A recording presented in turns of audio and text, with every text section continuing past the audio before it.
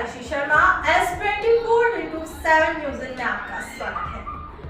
आइए दिखाते हैं आपको आज की सबसे बड़ी खबर। सरकार ने हज यात्रियों का किराया बढ़ा दिया, उस पर आपका कहना है? देखिए, किराया तो बिल्कुल बढ़ा है और बहुत लॉकडाउन के बाद बहुत बड़ी मात्रा या प्रतिशत में बढ़ा है। परंतु हिंदुस्तान सरकार हाजियों के साथ जिस तरह का व्यवहार कर रही है, भारत सरकार जिस तरह का हाजियों के साथ, बड़ी दुखद बात है। आज ये देखिए कि महाराष्ट्र या बॉम्बे से जाने वाले हज यात्री के 3,03,000 रुपए लग रहे हैं। इन्होंने ये अनाउंस किया है, इन्हीं के रेट बता रहा हूँ। लेकिन भोपाल से जो हज यात्री जाएगा उसके 3,72,000 रुपए मांग रहे हैं। अब ये बताइए, ये 69,000 या 68,000 रुपए यहाँ से बॉम्बे तक के सफर में ये कौन सा तरीका है? क्या लूट रहे हो आप? और एक तीर्थ यात्री को, एक हज पे जाने वाले हाजी को, जो आपके देश को अतिरिक्त कमाई साल के अंदर एयरलाइंस को जो मिलती है, उसका सबसे मुख्य कारण हज यात्री होता है, जो एक बड़ा भुगतान करके जाता है, जिससे एयरलाइंसों को बहुत सालाना सबसे बड़ी कमाई हज किसी भी एयरलाइंस की यही है, जो इंटरनेशनल वो चलती है। अब आप कर ले कर्नाटका की बात, तो वहां आप अलग तरीके से वो ले रहा हो। सबसे कम कर्नाटका क्यों चुनाव था वहां। उसके बाद बिहार के अंदर आप 4,04,000 रुपए ले रहे हो। ये कैसी लूट है? बिहार के साथ आपकी दुश्मनी चल रही है नीतीश कुमार से, तो वहां पे आप वो ले रहे हो। उसके बाद आप मध्य प्रदेश में अलग वो ले रहे हो, उत्तर प्रदेश में आप अलग। ये कैसे? सेंट्रलाइज चार्जेस होना चाहिए, जिस भी अलग अलग एयरलाइंसों को हज यात्री पहुंचाने, कोई भी एक एयरलाइंस इतना बड़ा काम नहीं कर पाती। अलग अलग हज यात्रियों को ले जाने के लिए अलग अलग एयरलाइंस की व्यवस्था भारत सरकार करती है।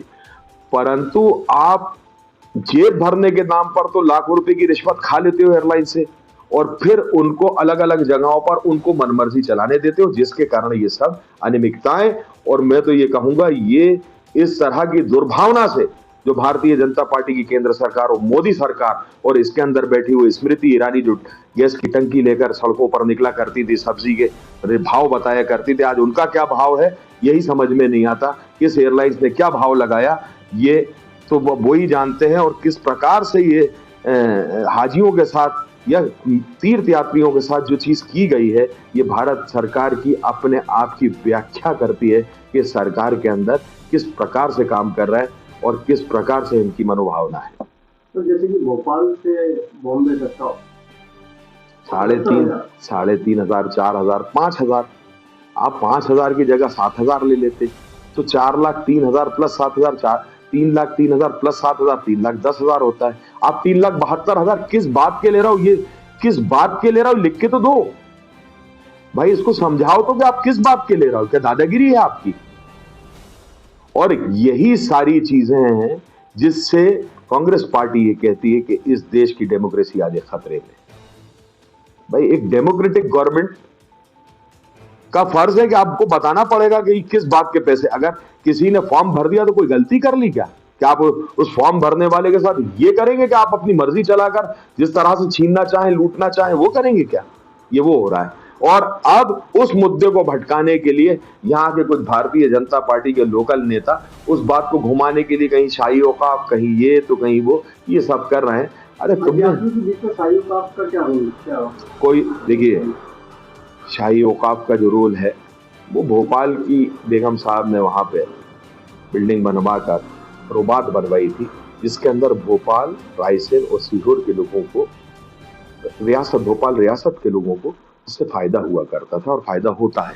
वहां जाकर मक्के के अंदर उनके पैसे ठहरने के कम लगते हैं, खाने के कम लगते हैं, और इसमें रोबात में पैसे नहीं लगते हैं।